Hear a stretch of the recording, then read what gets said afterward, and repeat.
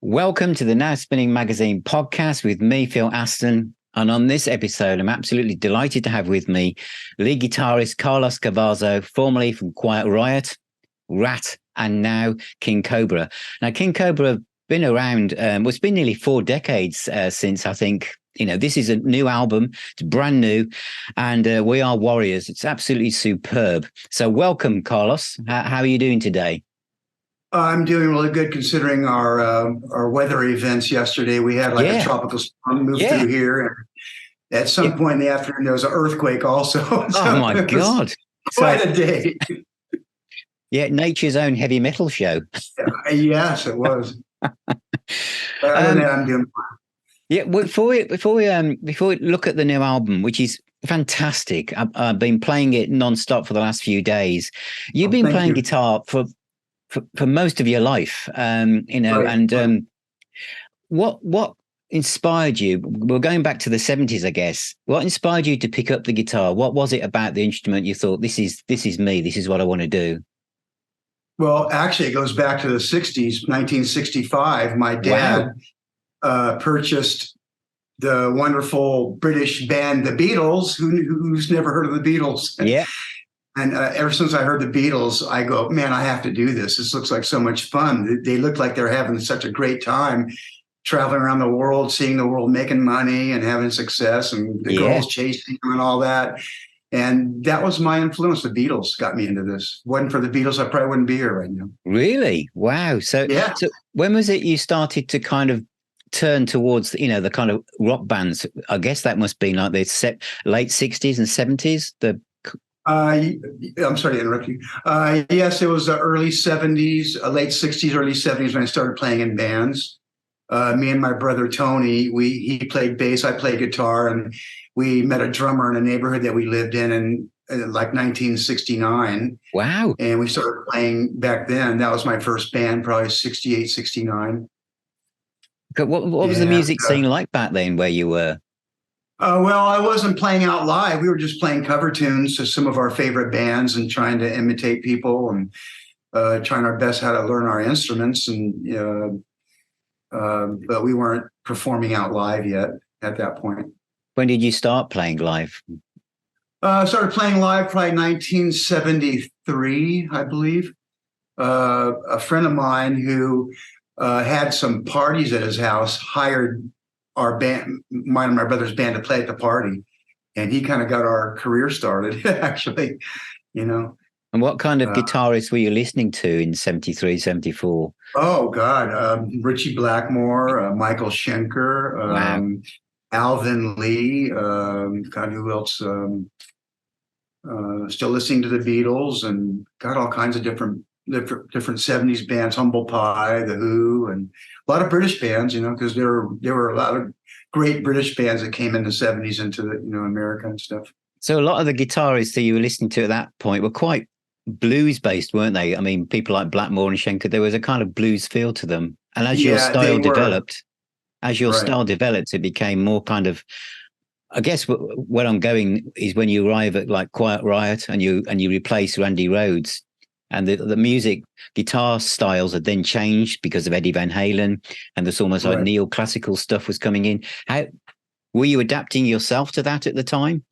Was that? Well, actually, I was studying classical music. I still do. I read music, and I like to play Spanish guitar and flamenco a little bit, and I like Renaissance, Baroque, and classical. I've been studying it since I was young. Back then, I was taught how to read. And I knew that 80s guitar players were applying classical techniques to their scales and their songs. And it kind of fell naturally with me too. And it definitely was a thing in the 80s. Guitar players were leaning towards classical scales and things like that, which I love. I think it's great. I try to add in little blues with the classical. Yeah. Do you think, though, that because that's really interesting, do you think that gave you almost like a secret weapon, the fact that you could read music and you were studying classical compared with your contemporaries? It's a possibility, yeah. But I know there's some people out there that are amazing players that don't read music. I was taught how to read, which is good because I can learn techniques out of books and I can learn songs that are not recorded, like old songs. Yeah, fantastic. And of course, Quiet Riot in the UK where I am, you exploded because you covered, as you're saying, talking about like the bands coming out of Britain. You covered a song by Slade, "Come and Feel the Noise," which is amazing because Slade had gone over to the US in the 70s and they couldn't get arrested. Nobody wanted, and they couldn't. And then you cover one of their songs and it just explodes from where you are over to us. What was that like? The right place at the right time, I think. I don't know. Well, we'll see. Our producer, Spencer Proffer, sorry to interrupt you. Our producer, Spencer Proffer, felt or thought that Kevin sounded like Noddy Holder, and he was a fan of Slade. Yeah. So he thought we record a couple of their songs to see how they come out, and obviously it came out good, so we used it. So that you were a tremendous success with Quiet Riot, and I just want to, as I move towards King Cobra, well, the thing for rock music was when we entered the 90s, everything changed because of grunge and stuff. And before we had the internet, because obviously a lot where I was as a rock fan, it's like, where's my music gone? Where's all the music I love gone? Whereas, of course, when the internet arrived, we all found it again. But what was it? Was that a difficult time for you as a rock guitarist in that period for the kind of 90s? It was a tough time, I think, for all rock bands for all the attention being given to the grunge bands and everybody just kind of throwing the rock bands to the side.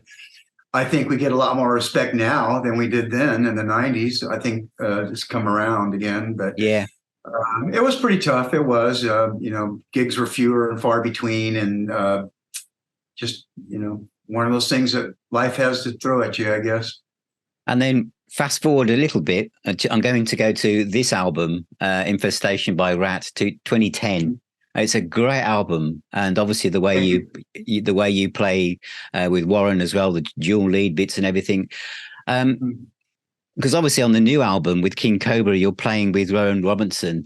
Right.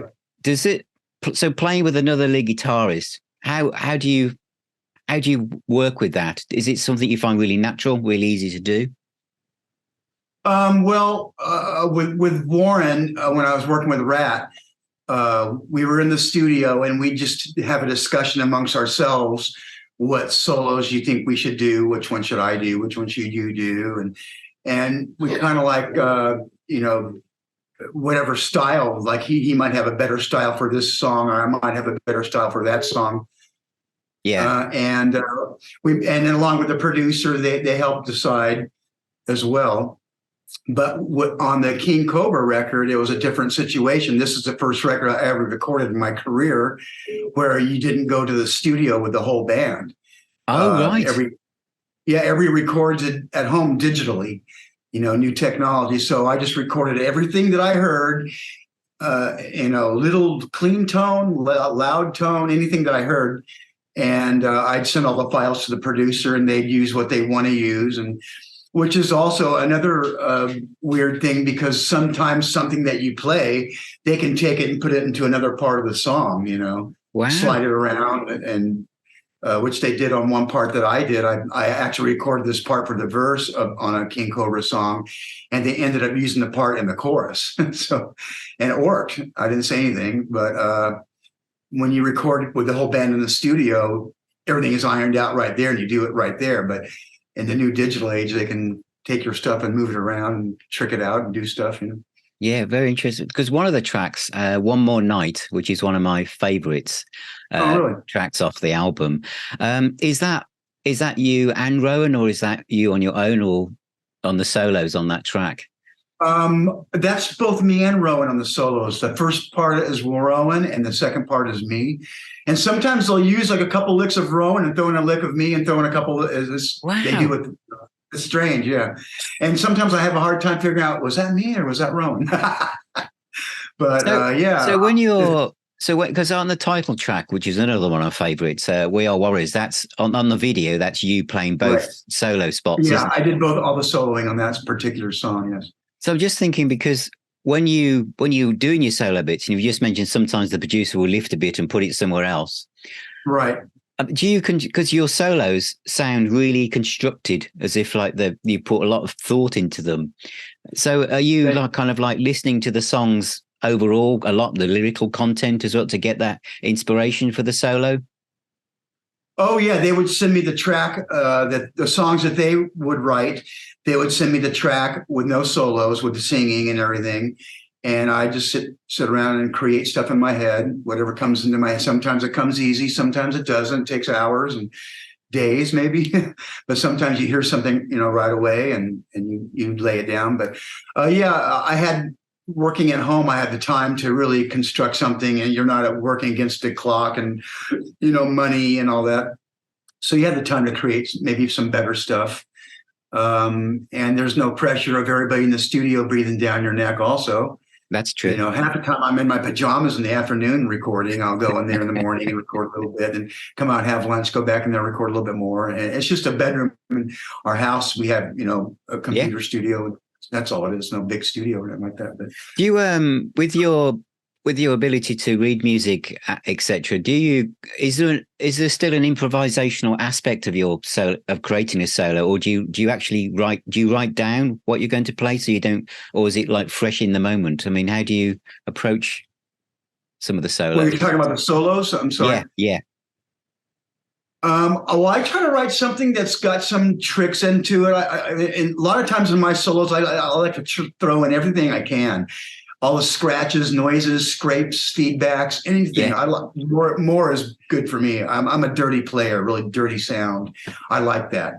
I don't try to be a total clean player. I try to make noises and make it rough. To make it sound really live, isn't it? It's like the second solo on the title track, when you you slide your plectrum down the strings and move your hand over it. It's kind of really in the moment.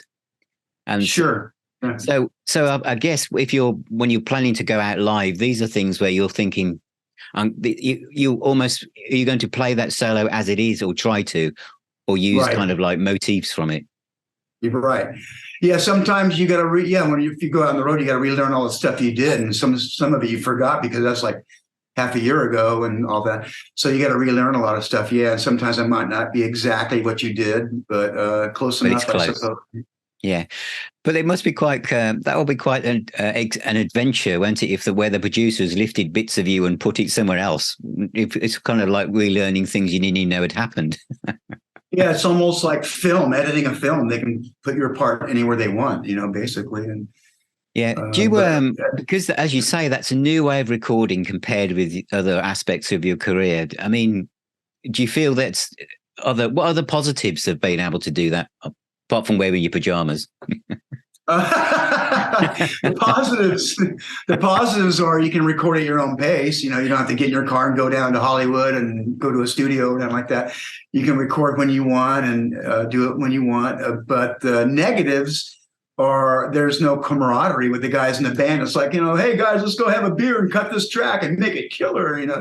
There's none of that. It's strange on that end, because you used to partying with the guys and you go in and cut a good song. And so how was the writing? How did the band approach writing the songs from scratch? How did the ideas come about? Well, for those guys, the songs that they came up with, I said earlier, they sent me the track with no solos, just the rhythm guitar, and sometimes it wasn't even Rowan playing rhythm; might have been Paul or something. But they'd send me the track with just the rhythm and the singing and the drums, and I'd put everything I hear on top of it and send them the files. And for the songs that I wrote, I would do all my guitar playing, and then I'd do the bass myself, a scratch bass, and computer drums, programmed computer drums. I'd send those guys the tracks, and then they would erase those drums, and it would be on a click track too. And then Carmine would play his drums along with that.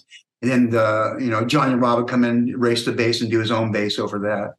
Amazing. So which are the tracks that you were the main writer for? I brought in I think 3 or 4 songs: We're Warriors, Drownin', Dance with the Wind, and I think there might have been one more, I forget now. At least 3 songs I brought in. Drowning is a great track. I love that. That's another one. That's another one of my favorites. Absolutely brilliant. Thank you. That's and there's a cover version on there as well, isn't there? From which I know from Nazareth, and which is Love Hurts. Whose idea was it to do that track? Actually, it's those guys before I came into the band. They had it recorded, and I loved what Rowan did on that. His guitar playing is amazing on that. The rhythms and stuff. He did all those clean tones and stuff. I doubled the distorted tones, and the ending solo was me. The middle solo was him, and but most of the rhythms are probably him. You know, I doubled the distorted, but I'm not sure how much they used. They used probably a little bit here and there. I mean, so your approach to songwriting is also very different. As you say, you've got, whereas go back a couple of decades, you would have all been in the room together, all jamming and coming up with ideas. Right. But now you've also become a bit of a technician because you're also putting down like electronic drums and almost sending a sketch of the finished article. Exactly. And they put the rest of it together, right? Yeah, in the old days, I would just record on a boombox cassette and record the guitar part that I had an idea of. Then I bring it to the guys and play it. You know, here, what do you guys think of this? Oh, we like it. And then they'd come up with little parts to go along with it, and then we write a song around it. But nowadays, you can put the drums in and the bass and everything. It's definitely a different technology today.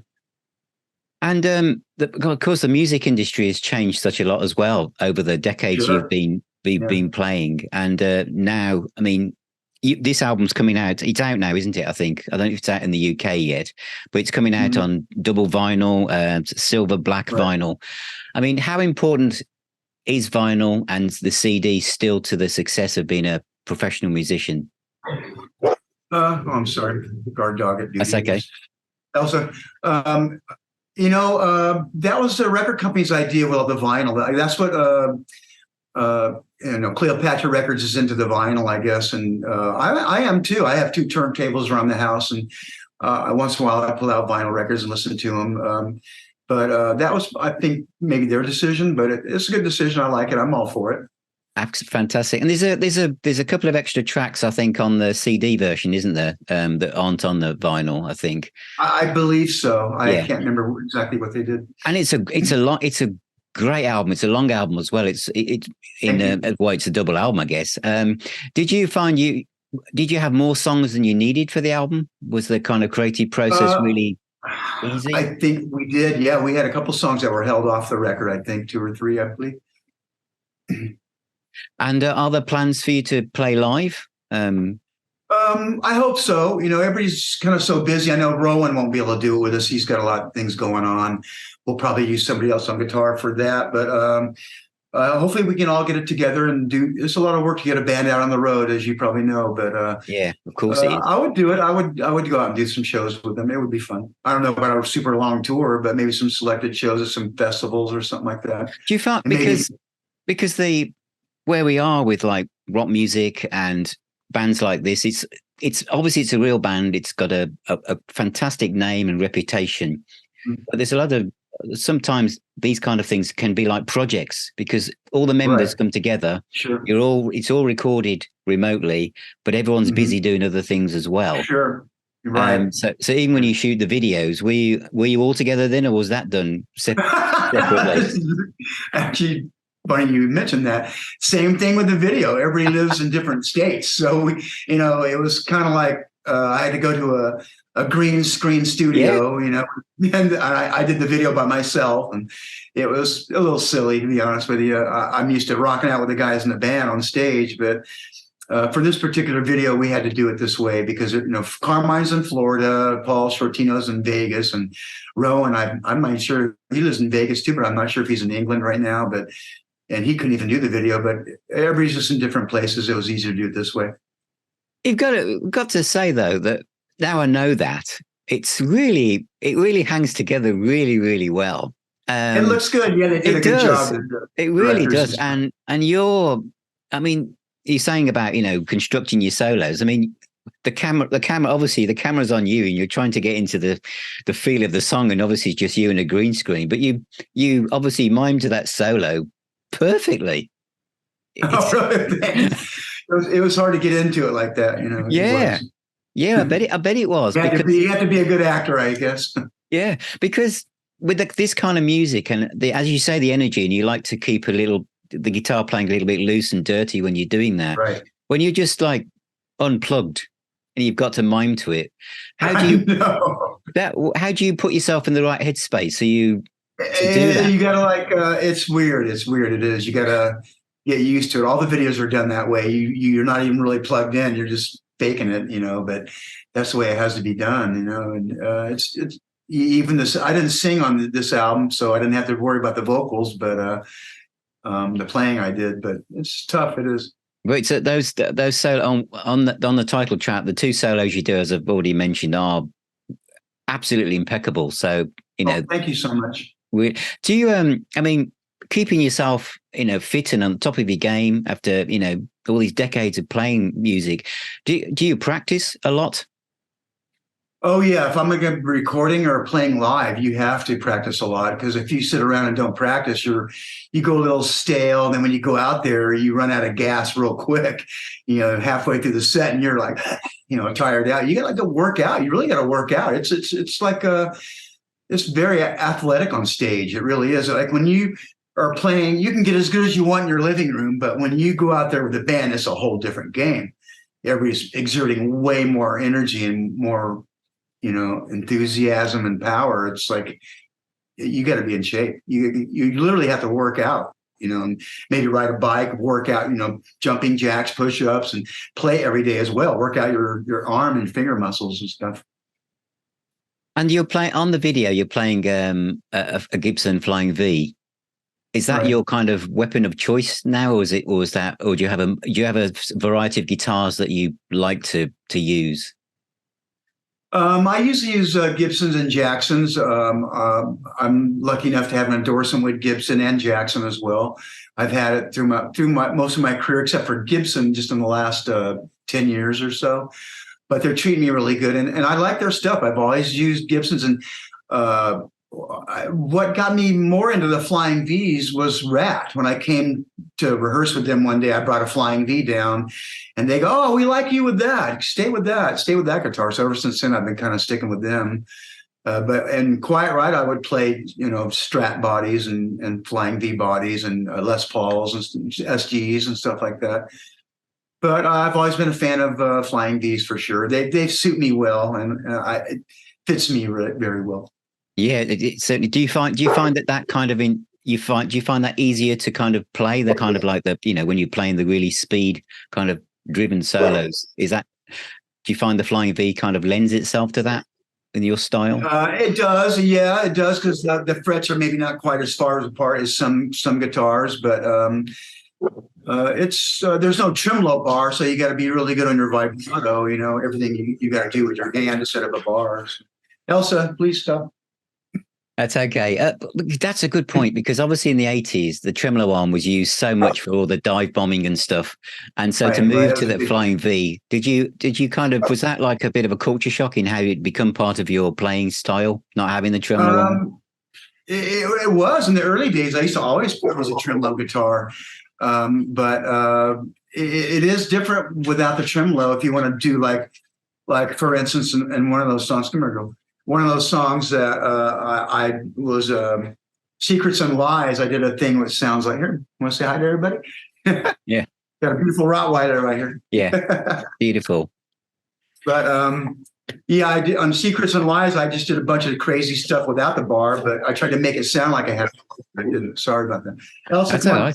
That's okay. That's another great track as well. I love Darkness. I love Dance. That's another brilliant track. Elsa, did you find the ideas for writing? This is a great rock metal album. It's part of the King Cobra lineage, fits in really well. Did you find when you're writing your own kind of material that went into this, was it easy to do? Did it just come naturally? It kind of did, because my style is 80s kind of style, and my writing is like 80s. I think we wanted to have like an 80s heavy metal blues based record, and I think that's what we came out with. It sounds good to me, but I think we hit it out of the ballpark as far as that. Yeah, it's fantastic. Of course, who produced it? Because obviously it's a great production, and obviously the drums sound great, which they're bound to. That's Pat Reagan. Reagan production. Yeah, Pat really? Reagan's a great. Yeah, Pat Reagan. And actually, he's the guy who played piano on the first Quiet Riot record. He played piano on Thunderbird. That's Did Pat he? Reagan. Yeah, he did the session for us. He played piano on like 2 songs or keyboards in 2 songs or so. Yeah, because his name pops up everywhere, doesn't it? He's worked with Yeah, Deep he's a great Purple and producer. I yeah. like him a lot. He's a great producer. No, Working with all these guys is great. Working with Carmine's great. The guy's like a rock legend. He's an American national treasure. The guy's played with some amazing artists, and he's been around for a long time. And playing with Paul, he's an amazing player. And Rowan, he's great as well. from Dio, yeah. When they invited me to do it, it was a no-brainer because I've worked with all these people before, and they're all easy to work with, no egos, no drama. And I jumped on the chance to work with these guys, and I would have probably played maracas on the record if they told me. So, because you've played with, well, obviously Carmen's been around a long time. Were you almost like when you were growing up and first getting into bands? Were bands like Vanilla Fudge and Cactus, were they on your radar? They were. Cactus, for sure. Cactus. I used to buy their records, and Beck Bogart Apathy. I bought that record. That's a great record. Carmine's a great singer. He did good vocals on those records. He sang all the harmonies on the new record. He did. Yeah, I didn't sing. Actually, this is the first record I never sang on. All the vocals were done by Paul and Carmine. Oh, that's interesting. So it must be like almost like a dream come true, really, to think that. It is. It is. I've never recorded with Carmine before, but I've done a lot of shows with him, performances and stuff. And I've done a few records with Paul, and he's, love working with him. So are there plans to do another video if you can't do any gigs, or what's now the album's out? We would do that if the record company wants us to do another video. We would gladly do that. And we're hoping to do some shows. We'll see what happens in the near future here. Are you working on any other projects? Well, I mean, what alongside this? Actually, I was. I got a call from the band Freak Show. Oh, yeah. Which is the band that Jeff LaBar was working with before he passed away. He played with Cinderella in the 80s. And they had contacted me through my wife on the internet and asked me if I could help him finish the record because he had passed away and couldn't do it, obviously. So I said, let me send me the music. Let me hear it. And it sounded really good. I liked the music. So I did, best I could, did what I could do with it. And same way of recording again, send them all the files. And they had that record's coming out probably in another 6 months or 3 months or so. And have you ever thought about doing anything on your own? I have. Yeah, I have many times, but it seems like other people call me up before I get a chance to do something on my own. But nevertheless, I'm still writing all the time. But I'd like to do an instrumental guitar record with some nylon string guitaring on it, and electric, a little bit of everything that I can do. So you probably even bring in some classical guitar and also some quite different stuff. Yeah, everything that makes you who you are. Yeah. I've always tried to sneak in a little classical nylon on a lot of records. There's a couple of Quiet Riot records where I did a nylon solo, and I tried to do one on this record, but they didn't like it too much, so we got erased. And as you say, you haven't sung on this one. That's the first one you've not sang on. Did you is that something you loved? You like singing as much as playing the guitar? I'm not that into singing, but it's okay. I like it. I'm more of a background singer. I'm not a lead singer, obviously. Yeah. But this is the first record I never sang on. Every other record I ever did, I've sang backgrounds on. Honestly, I didn't miss it, to be honest with you. Do you feel that your guitar style has developed over through the 80s and 90s and 2010s? Do you feel that you're constantly moving forwards as a musician and guitarist? Oh yeah, without a doubt. I think I'm a lot better than I was in the 80s. I'm constantly, like I said, I'm reading out of books, and I'm reading out of books, technique books and classical books, and always learning. You never stop learning in this business, in guitar. There's always something to learn. Do you think that keeps you at the forefront, that you're constantly pushing yourself to learn something new? You're looking forwards rather than backwards, as a player and a musician. I would hope so. I would hope so. It keeps me up there. I try to do that, but it's up to the people to decide, I guess. No, I think the solos. I think it's fascinating that you said that some of the solos were were dissected and plopped in at different places, because it sounds so well constructed. I love the guitar sound as well that you have. I understand there is kind of obviously the more modern sounding influences as well, but I can hear like things like Ronnie Montrose in some of the lower end. Great influence. I like Ronnie. Really? Oh, I can feel amazing, it. Yeah. I can feel it in some of the tone that you have. I was definitely influenced by him. Yeah. Yeah. Mm-hmm. And what other players would you say? Oh God, what else is there? Who else? I liked Nazareth. They were great. Manny Charlton, he was great. Yeah. God, great who player. else? With all the British bands, Judas Priest, and Def Leppard, all those guys are great. Probably more influenced by 70s guys, can't even think of them right now. No, that's okay. Because I wonder if your solos have a lot of melody in them, and though you're saying you like the dirty aspect of like. I try to put in a lot of melody. I try to put in some melody with a little bit of flash, a little bit of noise. I try to throw in a little bit of everything if I can. That's fantastic. So the album is out now. It's King Cobra and it's We Are Warriors. It's well worth listening to. It's real classic 80s metal album. Some really powerful tracks, great playing on it. So for those of you watching this, you want to go and buy a vinyl copy or a CD copy. Don't just stream it. Support the musicians and buy a real copy. It's fantastic. That's important. Well, thank you very much, Carlos, for your time today. It's been great talking to you. Really, really good. And I wish you all the best with the album and any other projects you're working on. So, stay in touch and it'll be great to talk to you again. So thank you for your time. Thank you so much. Thank you. Yeah, and if we come out to England and do a performance, we'd love to hook up with you. Yeah, that would be great. So take care, Carlos. Talk to you soon. Take care, Phil. A huge thank you to my guest, Carlos Cavazo, lead guitarist with King Cobra. The album is called We Are Warriors and it's out now and it's highly recommended. Please check out the website at nowspinning.co.uk and also subscribe to the podcast on whatever your favorite platform is. We are on Spotify, Apple, Google, Amazon, YouTube podcasts, and of course there's a YouTube channel as well. And we have a Facebook private group. We are everywhere. You can become a patron if you want to support us more, or a YouTube member, or even make a donation via Ko-fi. Thank you so much for your support. And remember, music is the healer and the doctor. So keep spinning those discs, and I shall see you on my next episode.